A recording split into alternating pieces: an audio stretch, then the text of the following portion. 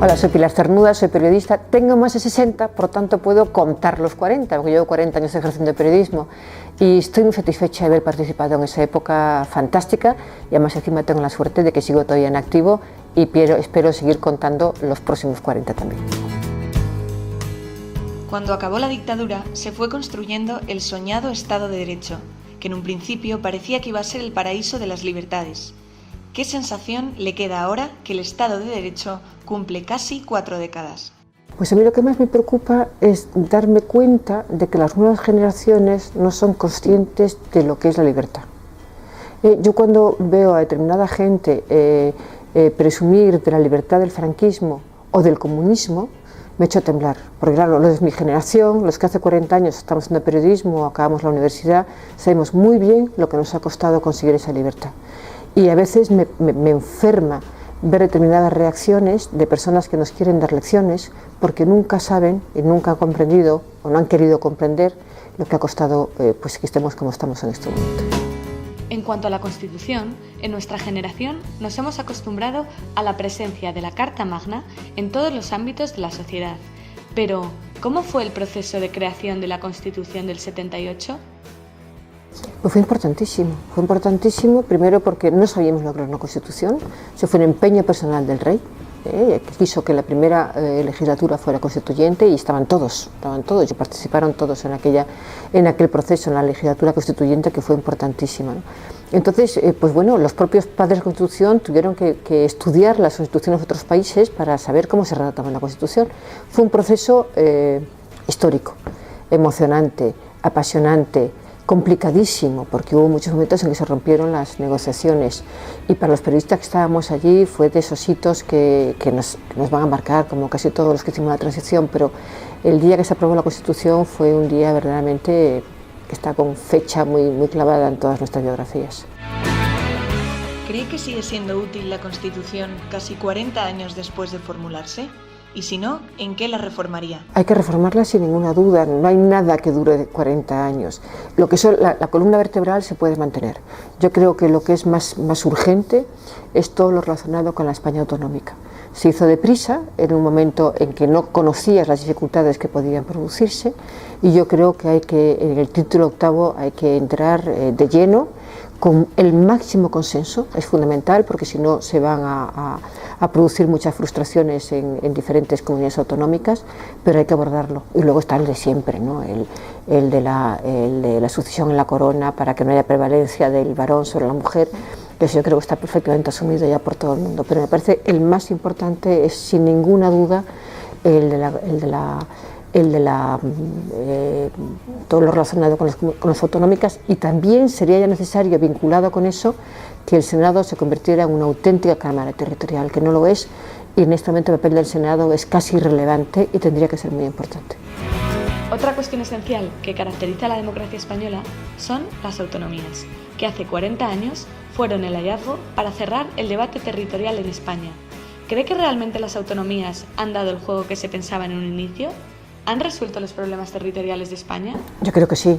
Es decir, entre otras razones lo que querían era reivindicar algo que ya existió en España, que eran las comunidades autonómicas en los tiempos de la República. Y yo creo que era una reivindicación que tenían esas comunidades y que había que cumplirlas. Yo creo que ha sido muy importante, pero como casi todo lo que es nuevo, con el transcurso del tiempo se desborda. Yo creo que se han concedido competencias que nunca debieron haberse concedido, por ejemplo la sanidad y la educación. Nunca debieron haberse concedido, porque además ha provocado desigualdades en España, entre otras razones porque quienes han asumido esas competencias han querido siempre ser más que los demás y han puesto una serie de limitaciones que a mí me parecen verdaderamente chocantes contra lo que es un Estado, ¿no? Contra lo que es España. Y luego hay otro de los errores que me parecen gravísimos, es que se han inflado con un funcionariado, con lo cual hay unas clientelas muchas veces que se transforman en votos, que están tergiversando completamente lo que es sociedad española y por supuesto la economía. ¿Cómo se vivieron los inicios de la democracia española en el mundo? Mira, eso puede decir una cosa. Yo viajo muchísimo, tengo suerte, pero tengo una familia que siempre nos ha fomentado muchísimo los viajes. Yo cuando tenía 14, 15 años me daba una vergüenza espantosa cada vez que salía fuera de España. Siempre me decían Franco, la dictadura, y lo sentía sinceramente. De los días que me sentí más orgullosa en mi vida fue cuando en su primer viaje al exterior el rey Juan Carlos pronunció un discurso en la Cámara de Representantes en Washington. El entusiasmo de aquella Cámara hacia el rey, que era con un homenaje a través de los aplausos, bueno, a mí se me cayeron las lágrimas, pero no solamente a mí, sino a la mayoría de los periodistas que estábamos allí, a los invitados, porque nos dimos cuenta que al fin había un reconocimiento a España y el esfuerzo que se había hecho para convertirse a España en una democracia, que todavía no lo era, aún no se habían celebrado las elecciones generales, pero ya se notaba, se había puesto en marcha un proceso que se veía que era irreversible, porque había un hombre como el rey, que todavía no estaba Adolfo Suárez, ojo, pero se veía que el rey iba a liderar ese proceso, o sí, y que España se iba a convertir en una democracia. Está claro que el rey jugó un papel fundamental en la transición, pero ¿cómo definiría su labor durante estos 40 años de nuestra democracia? Ha sido la clave. Si habéis leído biografías del rey, el mismo día que se aprobó la ley de sucesión, que fue en el 69 con Franco, puso en marcha todos los mecanismos para que España fuera una democracia, y ha estado pues desde el 69 hasta el 75 preparándose para que en el espacio más breve de tiempo se pudieran poner en marcha todas las leyes que conducirían a una democracia. Fue el auténtico motor. Luego tuvo buenísimos ayudantes. Por supuesto, el más importante fue Adolfo Suárez, y luego todos los personajes de la transición. Es muy significativo que personas tan distintas ideológicamente, de biografía, nada que ver unas con otras, como Carrillo, Fraga, Felipe González, Miguel Roca, Arzallus, era una gente de una talante y una talla impresionante, eran auténticos patriotas con una auténtica generosidad para hacer el bien de España por encima de sus ideologías y sus compromisos con sus partidos, y todo eso porque había un rey que les explicó que él iba a convertir España en una democracia, creyeron en él, apostaron por él, apostaron por España y por la democracia. Por eso tenemos tanto entusiasmo los de mi generación hacia aquellos personajes de la transición, y más ahora que vemos las diferencias con los que tenemos. ¿Qué papel jugaron los periodistas en la transición y en la consolidación de la democracia? No éramos conscientes de lo que se estaba construyendo, pero sí formamos parte de aquella construcción. En nuestras casas ha habido reuniones importantísimas políticas y bueno, y nosotros teníamos nuestra principal contribución a la transición era primero quitar el miedo a lo que era una democracia después de 40 años de franquismo, que era, no había libertad pero había seguridad, entonces había miedo a que se desapareciera todo aquello, y el papel nuestro fue muy importante. Y luego explicar lo que era una constitución, lo que eran unas cortes democráticas, lo que era una jefatura del Estado, lo que era una monarquía parlamentaria. Yo creo que ese papel fue muy importante, éramos conscientes de ellos y yo me siento muy orgullosa de aquel papel que jugamos los periodistas en aquella época. ¿Qué cree que ha aportado cada gobierno al enriquecimiento de la democracia? El primero fue el de Adolfo Suárez, todo, fue el inicio y fue sobre todo el primer gobierno. El segundo ya fue muy distinto, fue muy distinto. La verdad es que se marchó porque ya no le querían ni los suyos, pero el Adolfo Suárez inicial fue un hombre que enseñó a los españoles lo importante que es vivir en democracia. Me parece que eso es verdaderamente lo mejor, aparte de que fue implacable con los no demócratas. Hay que recordar que eso le costó un golpe de Estado. Me parece que eso, Adolfo Suárez, ese homenaje va a ser permanente. Felipe González fue la ilusión y fue verdaderamente el cambio. Con él vinieron cambios importantísimos, desde abrir la verja de Gibraltar, que la gente se olvida, hasta, por supuesto, una serie de medidas importantísimas desde el punto de vista económico, como fue toda la reestructuración industrial.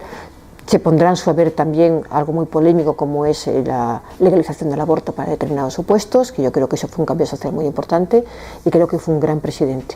Y luego el desarrollo de la España autonómica le correspondió a él y tuvo que tomar decisiones muy restrictivas, probablemente porque era consciente de lo que significaba dar excesiva manga ancha. Y yo creo que fue un gran presidente con sus sombras como todo el mundo, entre otras cosas.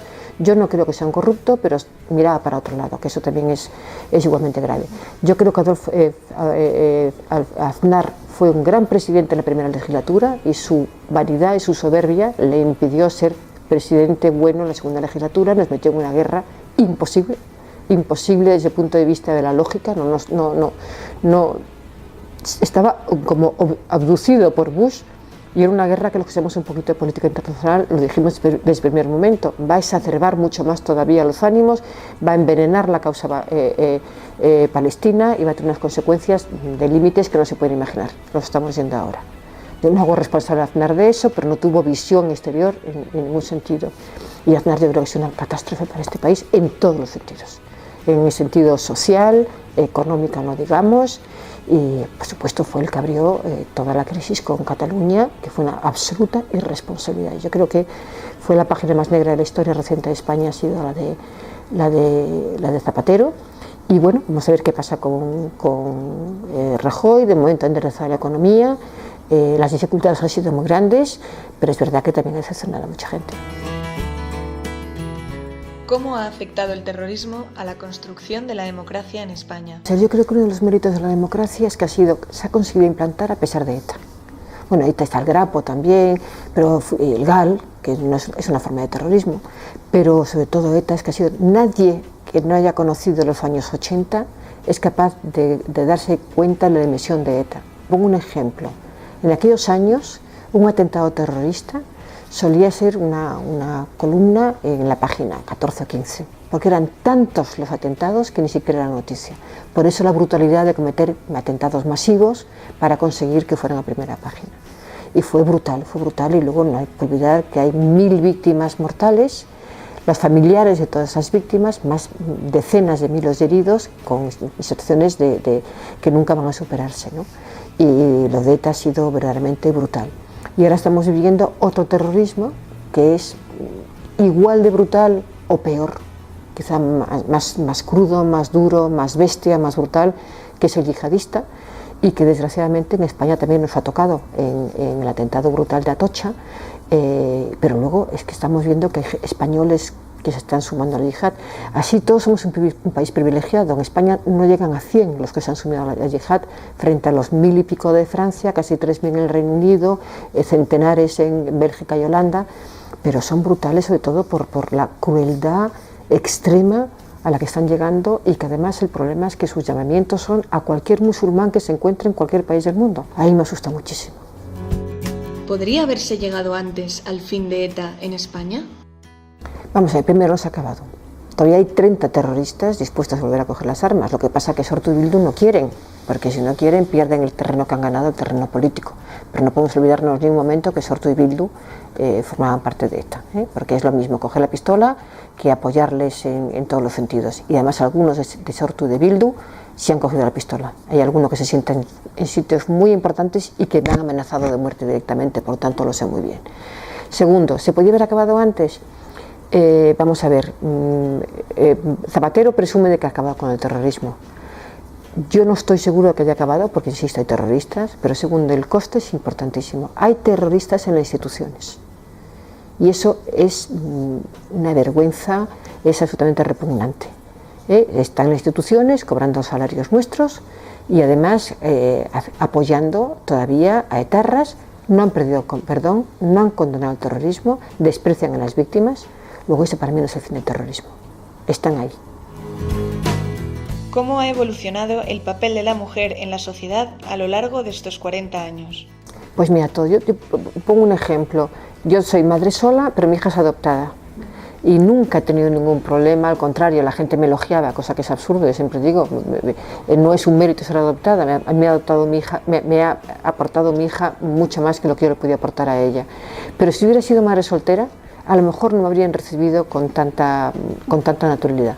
Sin embargo, unos años más tarde, la madre soltera, vamos, es que no causa absolutamente ningún escándalo. Y me parece que eso es muy importante.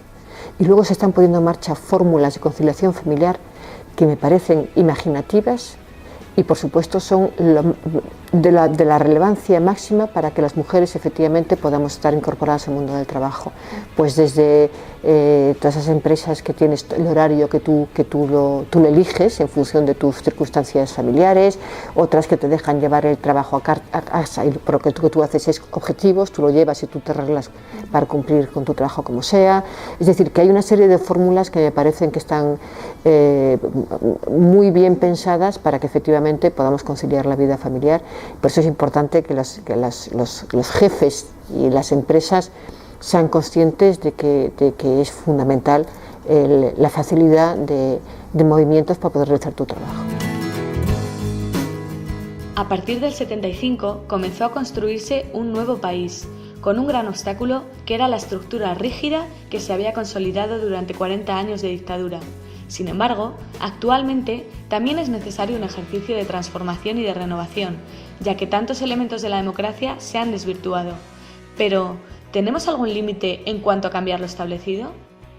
Vamos a ver, nosotros tenemos muchas limitaciones y efectivamente te contaba antes, estoy muy de acuerdo con lo que ha dicho Iñaki, te contaba antes que uno de los papeles más importantes era explicar a los españoles que no tuvieran miedo a la libertad, porque también la libertad algunos pensaban que podía ser falta de seguridad. Yo creo que las nuevas generaciones, la libertad que tienen en este momento es sin límites y además me parece muy bien, lo que pasa es que tienen que aprender a utilizarla. Y ahí meto todo, problemas morales, problemas de delincuencia, todo. Y eso tiene que ser un problema de un proceso educativo, familiar fundamentalmente, más que en las universidades, en las escuelas, para que cada uno se haga responsable de su propia libertad. Pero la libertad sin límites es espléndida.